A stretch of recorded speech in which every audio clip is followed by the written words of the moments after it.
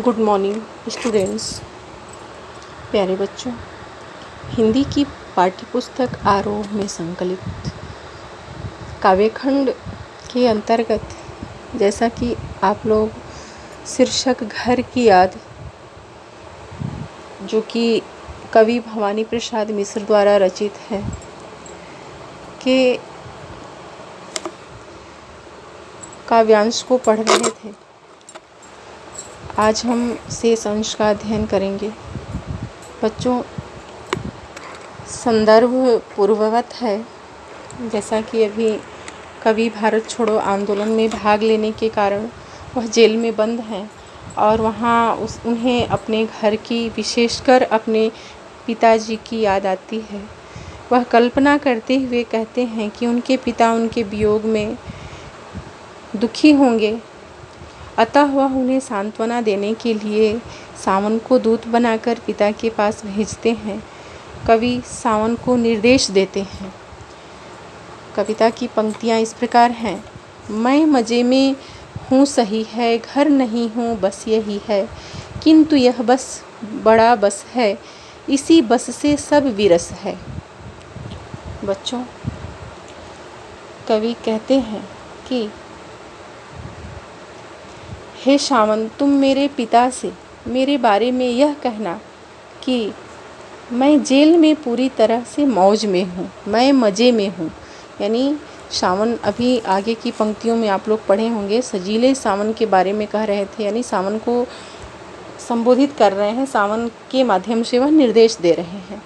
कह रहे हैं कि मैं मज़े में हूँ, यानी भवानी प्रसाद मिश्र जो हैं जेल में हैं, वह मज़े में हैं। मज़े में यानी मौज में हैं, वह आनंद और मस्ती में हैं, इसलिए उनकी चिंता न करें।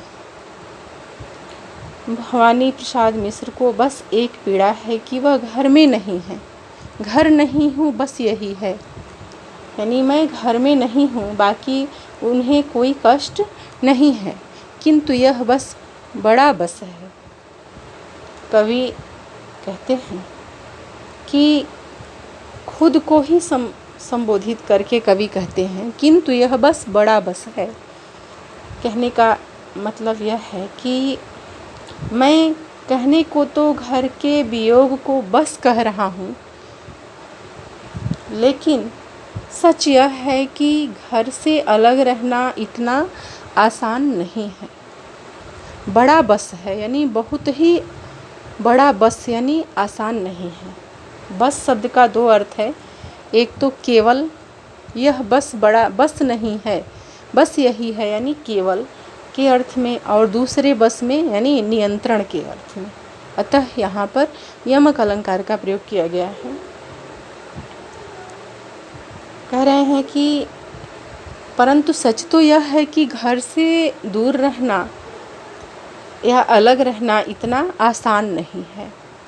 इसी वियोग में मेरा जीवन दुखमय बन गया है, इसी बस से सब विरस है, यानी इसी बस से, यानी इसी नियंत्रण से मेरा जीवन जो है विरस यानी रसहीन, फीका बन गया है। कवि यहाँ पर मार्मिक प्रयोग के द्वारा यह सावन को दूत बनाकर संदेश देना जो है प्राचीन परंपरा है। यहाँ पर छोटे छोटे वाक्यों के द्वारा कविता को मनमोहक बना दिया गया है। नेक्स्ट पंक्तियाँ हम आगे पढ़ेंगे। धन्यवाद।